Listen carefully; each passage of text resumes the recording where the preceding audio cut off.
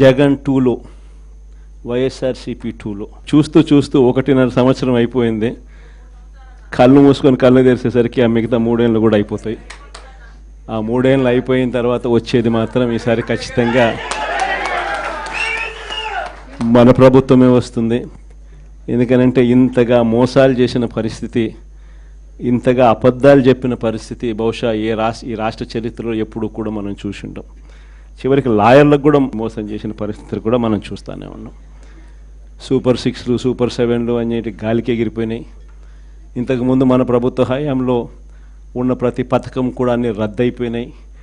వీళ్ళు చెప్పిన హామీలన్నీ కూడా మోసంగా మిగిలిపోయిన పరిస్థితుల మధ్య ఒకవైపున అన్ని అబద్ధాలు మోసాలుగా కనిపిస్తూ ఉన్న పరిస్థితులు ఒకవైపున ఉంటే, మరోవైపున వ్యవస్థలన్నీ కూడా పూర్తిగా దిగజారిపోయిన పరిస్థితులే కనిపిస్తూ ఉన్నాయి. ఇంత మంచి చేసిన మనకే ఈ పరిస్థితి ఉన్నప్పుడు మరి ఇన్ని అబద్ధాలాడి, ఇన్ని మోసాలు చేసి, ఇంత దారుణమైన పరిపాలన చేస్తూ ఉన్న వీళ్లకు పరిస్థితి రేపొద్దున దేవుడు, ప్రజలు కంతే ఎక్కడ పడతారో నేను వేరే చెప్పాల్సిన పని.